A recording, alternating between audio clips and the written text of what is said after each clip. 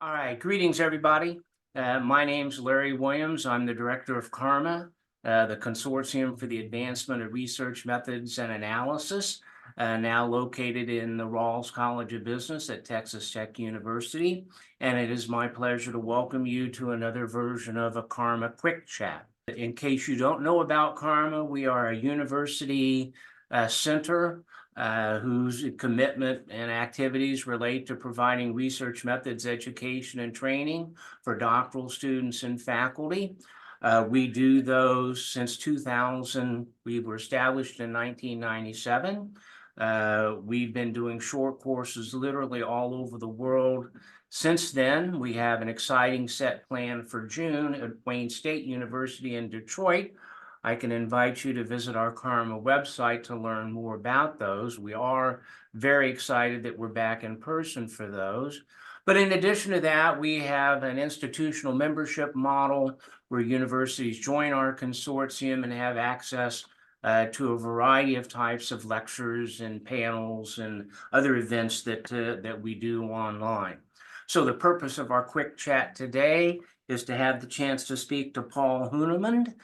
Paul is on the Faculty of Strategy and Innovation at the Copenhagen Business School, and we're really excited to have Paul doing a webcast for us in a couple of weeks.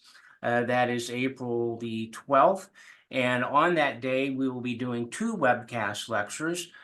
We have Ann Smith doing a qualitative lecture later in the day, noon Eastern Time US, that's targeted more for the Western Hemisphere. But this year, we've started offering lectures, an earlier lecture in the day to target our friends and colleagues in the Eastern Hemisphere, and that's the one that Paul will be doing. So we're really excited to feature Paul. He's got some great methods work that he does on macro topics, and he's got some special interests of current topics that I think are of broad value to management that I want to ask him about. And then we're going to end up having him talk a little bit about his webcast. So Paul, great to meet you. Appreciate you fitting the CARMA webcast lecture into your schedule. So one of the things that I enjoy in this gig is getting to talk to people who have interest in research methods and asking them how they got involved. So we all kind of come at it from different routes. What was it that got you triggered with an interest in research methods? Yeah, hi Larry, and thanks for having me. Yeah, what brought me into research methods? I originally studied economics, so that came with, well, a curriculum in econometrics, and early on I got excited in that, in empirical work, doing most empirical research. And the methods came as a byproduct because, yeah, you're looking for new ways to identify relationships in data, and figuring out new things. I mean, that's what we're out for as researchers. So that brought me, for example, or brought the interest in causality that we were going to talk about today and during the webcast. But also other types of methods. Then, I mean, now I'm not in an economics department anymore. I'm here at the Copenhagen Business School in the strategy department. And that was sort of an evolution that I took during my graduate studies, my doctoral degree, because I also got a little bit frustrated with sort of this narrow view on methods, on causality that we have in econ. So I actually appreciate sort of the broader lens in the business community or in the business research community. For example, also looking into qualitative methods and so on. Yeah. I'm always regularly reminded of how many people with interests like we have, others in the methods community have, how in so many cases they arise out of substantive interest and a desire to seek solutions to different challenges to testing substantive research questions. So one of the things I noticed in learning about your background is that you are involved with causalscience.org and the Journal of Causal Inference. And those may be an organization and a journal that are many of management researchers are not aware of. So I'm excited to give you the opportunity to tell us a little bit about those two things. Yeah, happy to. I'll start with causalscience.org. So that's the platform that we set up, closely linked to the causal data science meeting that we're organizing now in its fifth iteration already. We started in 2020, so yeah, during the pandemic time. And so we were forced to move it online. But then we realized that that actually provides a great opportunity to connect scholars from all around the world as well as practitioners, because the main motivation for setting up this meeting was that we recognize that causality is such an interdisciplinary field. Well, many academic disciplines from the health sciences to business, econ, sociology apply causal inference.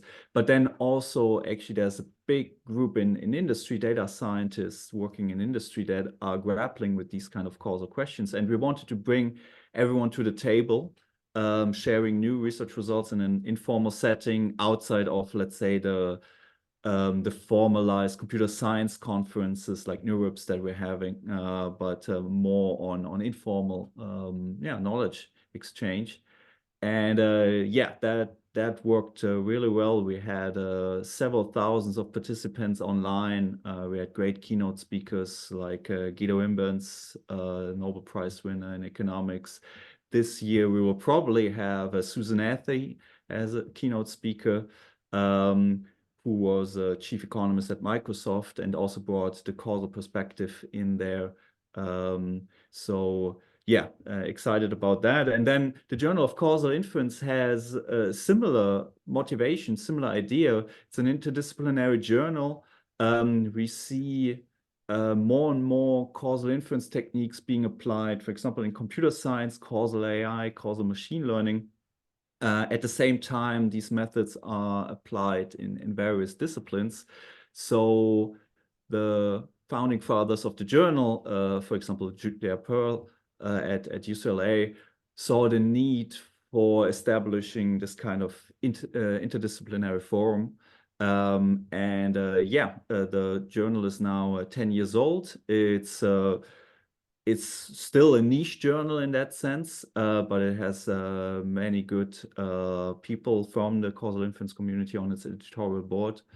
And we're always looking, of course, for new methodological contributions from, as I said, various angles: computer science, econometrics, but also more qualitatively oriented fields. Yeah. Hey, if it's okay, I'm going to take this opportunity to sneak in a question that was different. So you've got this, it seems to me, this really advanced perspective on causal inference, right? But you're also were once a graduate student yourself, and you are around, I'm sure, regularly doctoral students who are at the introductory kind of stages of their training. You know, is there one thing you can say to them that you think is most important in terms of helping them advance their understanding of what causal inference really is and how it should really be done? Hate to put you on the spot, I just can't resist. No, it's a great question. I think, and so a lot of my work and also the webcast that we were having in April is based on so-called graphical causal models. So for those people who may have heard, like directed acyclic graphs, which is a tool for modeling causal relationships, and based on that, extracting or estimating causal effects, extracting causal knowledge. And for me personally, as a doctoral student, as a grad student, that was really an eye-opener, because I was exposed during my econometrics curriculum to like the standard quasi-experimental methods like difference and differences, regression discontinuity design, and so on. I think Josh Angress calls them the Furious Fives, right? And that's how it felt to me. Like it always felt like, okay, I have these 4 or 5 tools, and now as a grad student, I'm out to, I have a hammer in search for a nail kind of situation. But I was never really able to connect the dots between those, like different assumptions, like how do they connect to each other, or what do I do if the setting that I'm working with doesn't fully comply with the textbook view. And there, for me personally, the graphical causal models, which are originally from computer science, Mhm. so you could imagine they might be even more technical in a sense, and more difficult to grasp. But I personally think they're a great tool for understanding these kind of causal assumptions that you need for empirical work. So that I would really encourage doctoral students to have a look into this literature because it can really open many doors, I think. Yeah.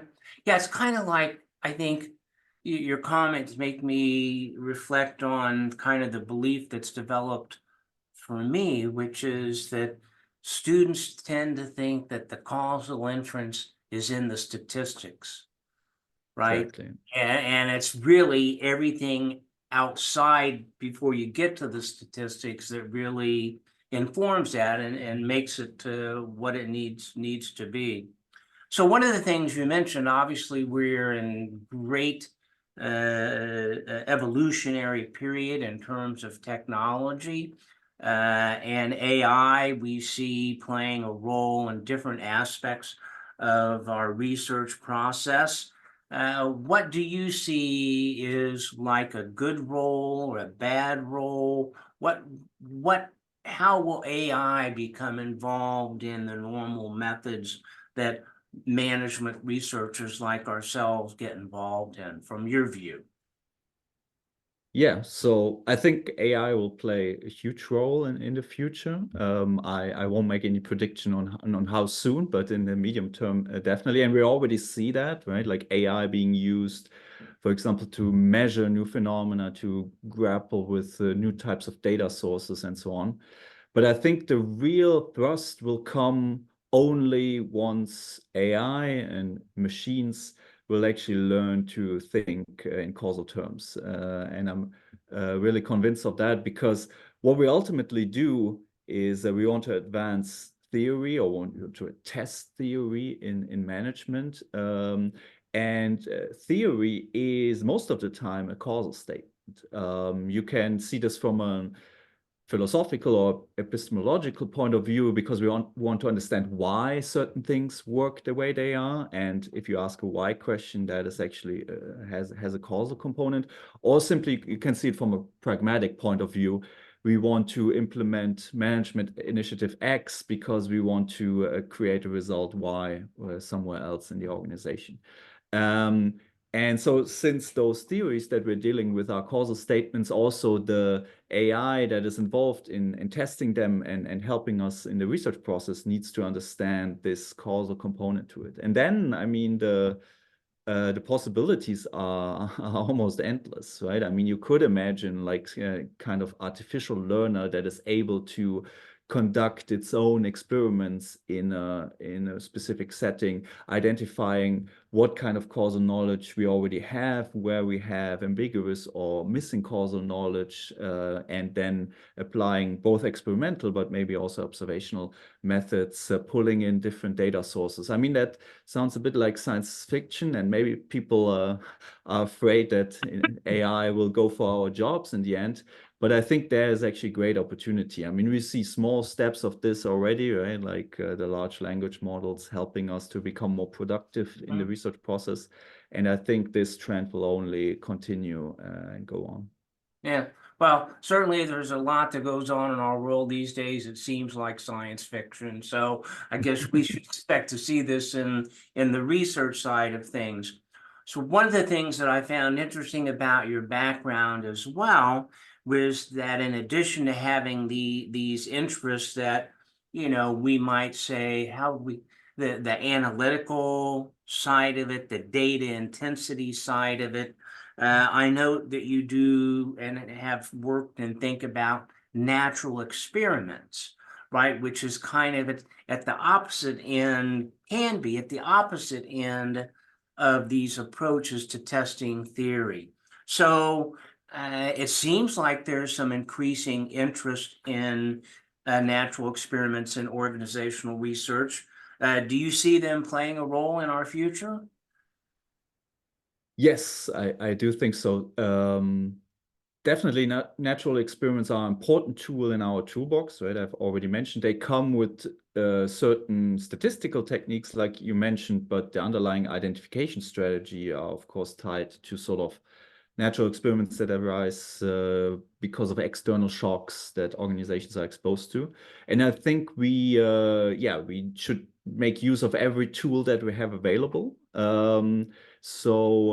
We recently published a paper, for example, in a psychology journal, where we argued there was a team of psychologists and me involved, where we argued that this is a missed opportunity in psychology because psychologists are really not making much use of these methods, and we could imagine more settings where this could give useful answers. And I mean, the same applies for an organizational context. I would caution, though, there's also too much of anything, right? Or too much, you can overuse things, and maybe some disciplines, like I've already mentioned, like economics, maybe has developed a bit too narrow view. Like everything has to be a natural experiment. Everything has to be like a policy shock, and every job market paper is a difference in difference analysis.